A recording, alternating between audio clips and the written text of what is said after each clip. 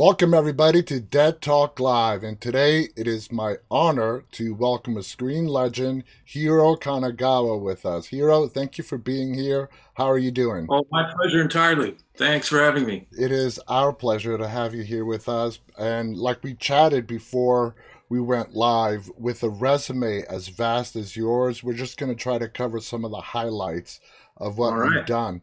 Let's talk about a film that you have coming up for release, date still unknown, and that's Orphan First Kill.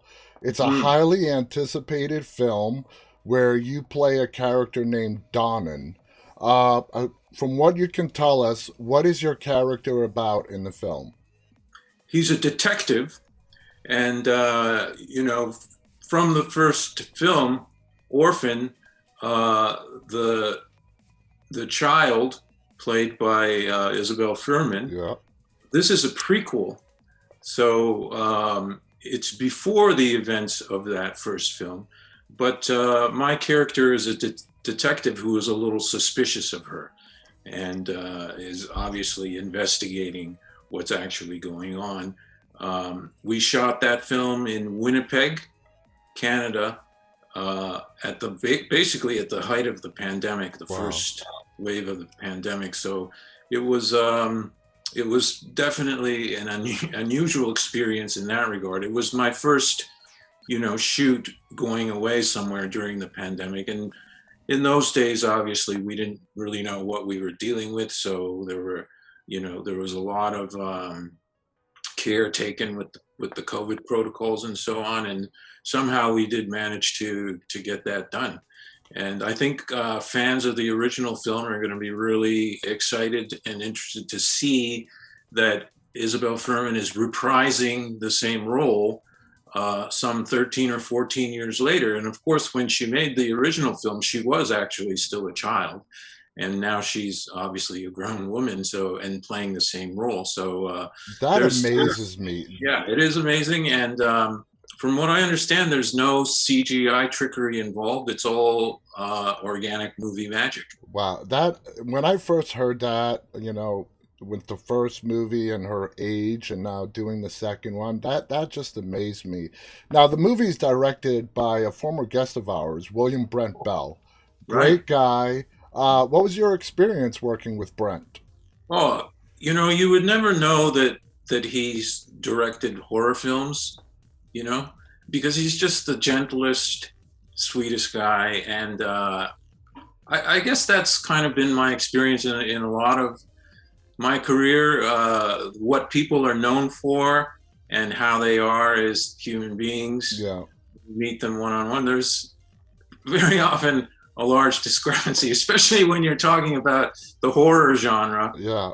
or let's say the action genre, where someone is, let's say, has a career as a tough guy or whatever, but when you meet them, they wind up being just the sweetest, gentlest people, and it's hard to imagine where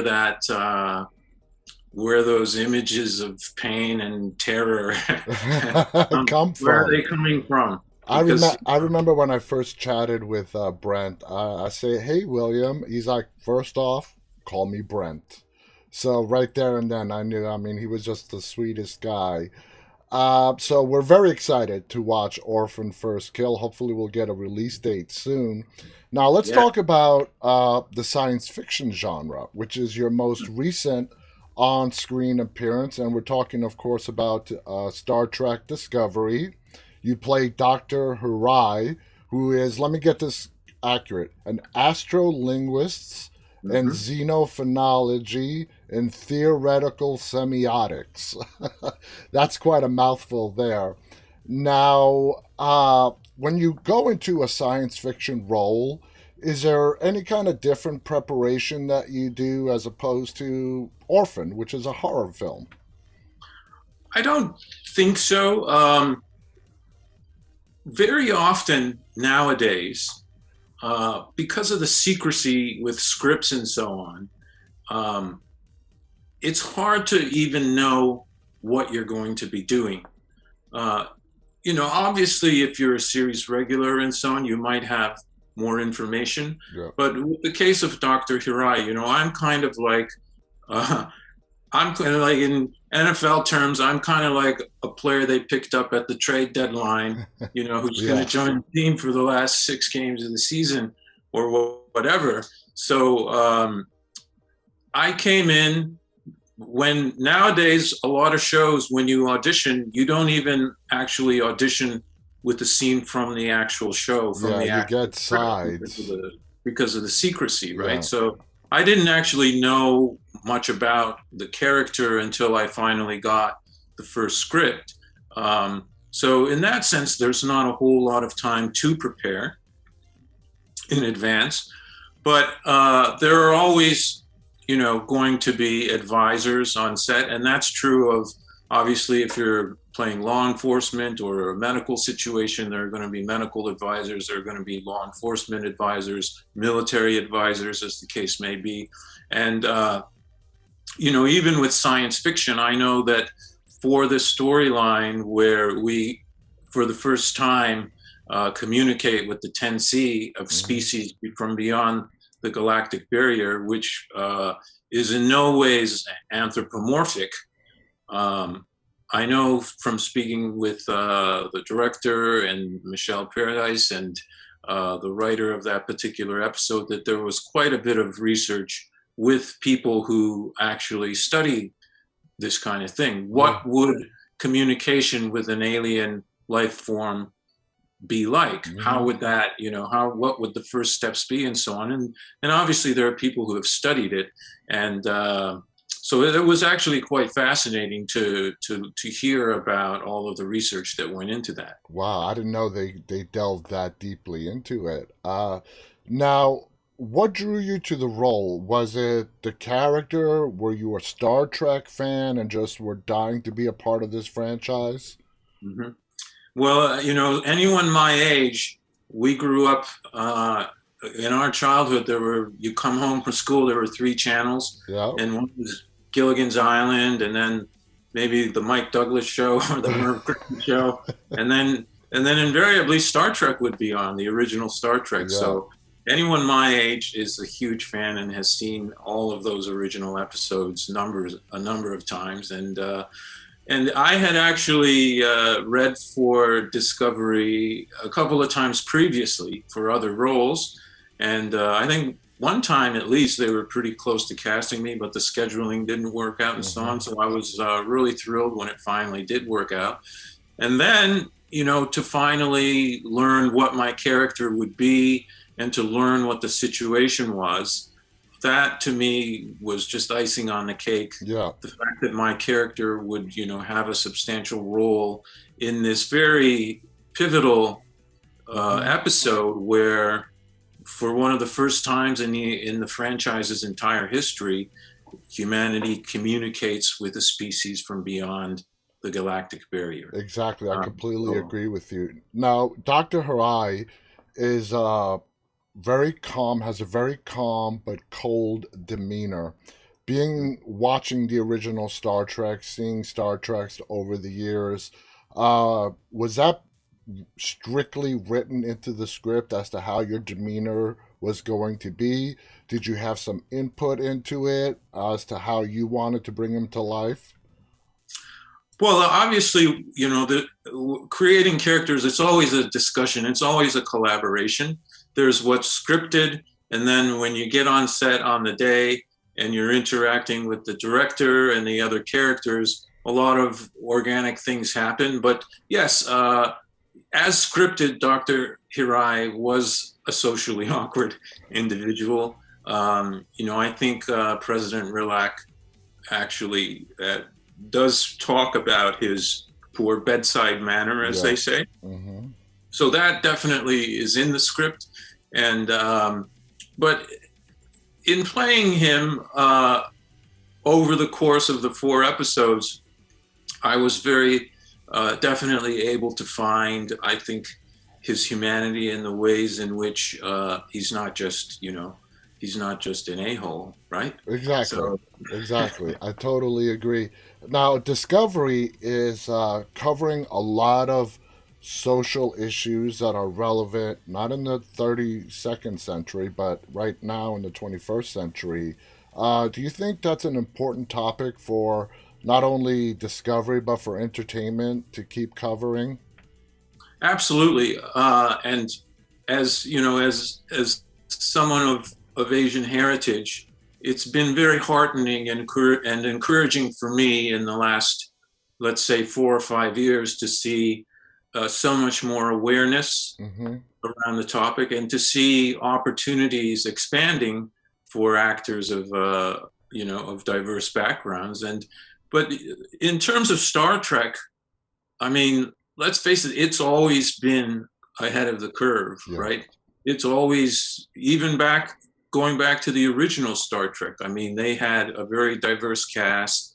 They had the first interracial relationship Mm-hmm. on television, and so on and so forth. So, Discovery also, it's a matriarchal universe. There are characters of, all uh, ethnicities and genders, and I think that's something that should be celebrated. It reflects the actual world that we live in, Yes. and it certainly, I know just from fans reaching out to me on social media and so on, that it's very important for, especially for young kids watching, right, to see themselves reflected, to recognize themselves in the faces that they see on screen. And So yeah, and be uh, represented. Absolutely. I'm really, that's another, thing about the show that I'm so thrilled to be a part of. Is that what you attribute Star Trek's success, starting from the 60s? Like you said, it's always been ahead of the curve and it's still going strong today. Is that what you would attribute its success on? I think that, I think Star Trek to me differs from other science fiction franchises in that it's not necessarily action oriented, right? Mm-hmm. It really is more about the idea side of science fiction. Yeah. It really is more about, kind of philosophical ideas of what would space exploration actually be like, and how would humanity conduct itself uh, in space. Yeah. And clearly, a lot of the political and social issues that we face here on Earth, uh, they would still be a part of Mm-hmm. us because we're human. Yeah. And I think, what Star Trek fans appreciate is that realism, Yeah. the psychological realism, as opposed to, the laser beams and the explosions, and, not to disparage those shows that have that, Mm-hmm. but Star Trek, I think, occupies a different niche, and that's what fans appreciate. For me, the question whenever I watch Star Trek is like, what if that situation was really going on? That's I think at the core that is the question that a lot of fans ask, and I think that's a big part of its success. Now, moving on from Star Trek, you have done quite a bit of voiceover work in your career, like Mr. Fantastic and the Fantastic Four. Do you enjoy doing voiceover work? And what would you say is the biggest difference, voiceover from being in front of the camera? I do enjoy it, and I'm doing a couple of shows right now. The biggest difference, I will tell you, for me, is the energy expenditure. I don't know if it's because maybe my normal manner of speaking is a little bit more laid back, or what. There's probably voice actors for whom it's just a walk in the park. But even when the show, let's say like Fantastic Four, the character of Reed Richards, Mm-hmm. even when it's fairly naturalistic, to me, it's still a great deal of energy expenditure because obviously the voice is the only thing you have Yeah. with which to convey emotion or with which to convey any kind of urgency or whatever the scene calls for. And for me, that's a much greater energy expenditure than live action acting in front of a camera, Wow. especially because film and television acting today in North America tends to be understated, right? Yeah, yeah. It's kind of a less is more situation in film and television. Theater, of course, you have to play the size of the room, Hmm. um, and then voice is perhaps not as big as being on stage in 1,000 seat house, That's but true. Yeah, it's still a fairly large energy expenditure for me, and actually I enjoy that. that's awesome. I would definitely have thought actually being in front of the camera, where you got to use body movements, voice, and everything, would be a lot more taxing. But it's very interesting to hear that it's the voice and the amount of energy that goes into it is actually more taxing than just being in front of the camera. That's very fascinating. Now, I want to talk about one of my favorite characters of yours, and that is the one of a brain eating zombie lieutenant in iZombie. I love that show. That show has a cult following. First off, when you got the role, did it surprise you that it lasted as many seasons as it did? Not at all. I mean, it was such. I don't want to. I mean, the word charming comes to mind, which is a Yeah. strange word to associate with zombies. But nevertheless, I thought it was such a fresh take on the zombie genre. I mean, to combine zombieism Mm-hmm. with the humor that show had and the humanity that show had. I thought was a great combination. I wasn't surprised at all to see it go as long as I did, and I was very, disappointed that my character, unfortunately, had to self-immolate at the end of season one. And Yeah. he did Yeah. make a brief cameo in a flashback a couple years later, but I liked it because, I mean, we have seen throughout movies and TV shows zombies try to be portrayed differently in many different ways. And there have been movies that have come close to what iZombie did. But the way iZombie pulled it off, and it just worked so well. What was the atmosphere on the screen working? I mean, on the set working with everybody? Did you guys all have like a lot of fun working with each other? oh yeah, I mean, from what I remember, it just being no tension whatsoever, and it just a whole lot of fun, and yeah, I my memory of it is a great deal of fun every time I was there for sure. Now you have gotten to work on Marvel stuff, DC with Smallville. You were on Supernatural. You were on countless hit television shows. Is there any project, whether it be film or television, that to this day it holds a special place in your heart? I think in recent memory, Altered Carbon Mm-hmm. stands out for me. Once again, I thought that in the science fiction genre, I thought that was so well done, and I remember just uh, feeling a tremendous level of excitement when we did that. Is because people forget it was one of the first Netflix shows that Netflix actually produced Originals, yeah, on its own. yeah, Up until then, Netflix was, it was just buying content buying, from yeah. that had already been made. So there was that aspect of it, and then just the production values were just so immense. Mm-hmm. Um, so that it was more like shooting a feature film, Yeah. right? That happened to be 10 or 12 hours long, uh, and everything about that was exciting for those reasons. And then just the cast that was assembled as well. It was everything about that experience. Still I still have very fond memories about that. Well, let me ask you about that. Here you are, you're cast, you're doing a show that is produced by Netflix. They're still new to this. Um, in your mind, back then, Netflix is back, when they were starting to make their own original stuff. they were trying to get the ball rolling. Did you see it as a step down from doing regular television or film No. work, or were you like, all right, Netflix is producing original content. Let's see where this goes. Yeah, yeah, no, because I had already had a couple of years previously an experience working on Man in the High Castle, Yes, which was that's an Amazon show. one of Amazon's Yeah, first.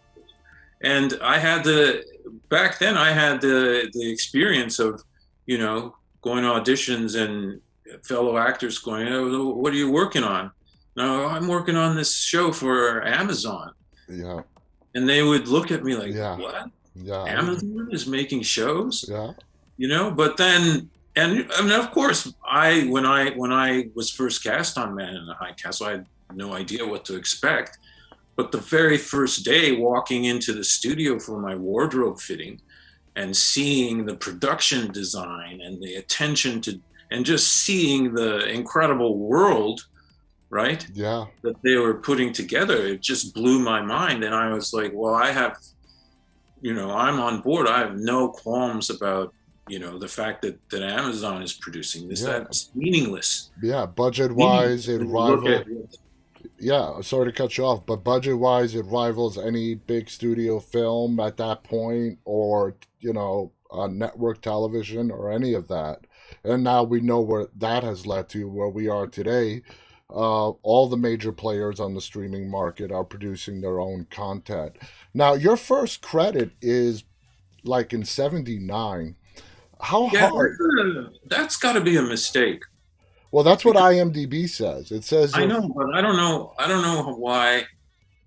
I may have even tried to get that removed or corrected at one point, but was it I don't know earlier why than it's there. '79 or later? I was in high school in Oh, '79. okay, okay, Yeah, okay. part of the I can Okay. remember. So let's go even to the '80s and breaking in into television and film, and compare it to the the people that you see today, young folks or not so young folks coming into entertainment.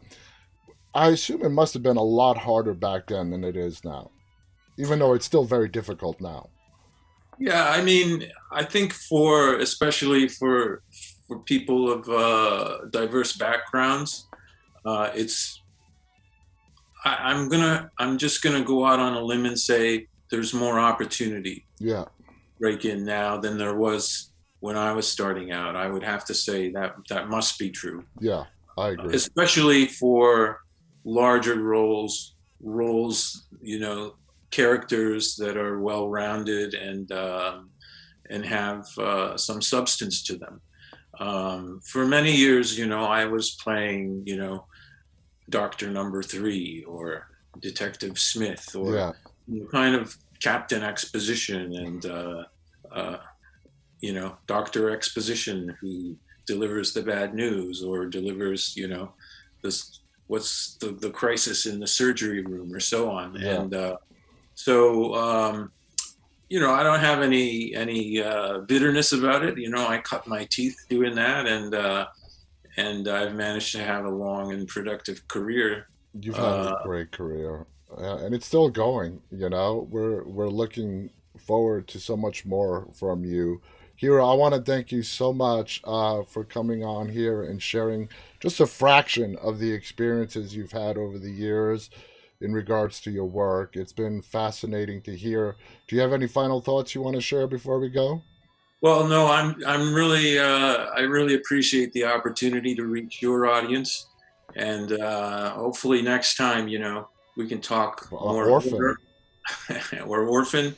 I mean, we actually have had a ghost on my family farm back in Japan, so that's a story. Well, that's a story in itself.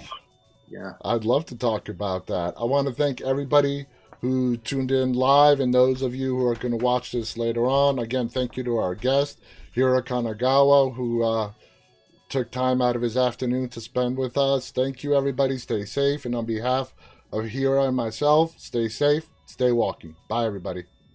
Bye bye.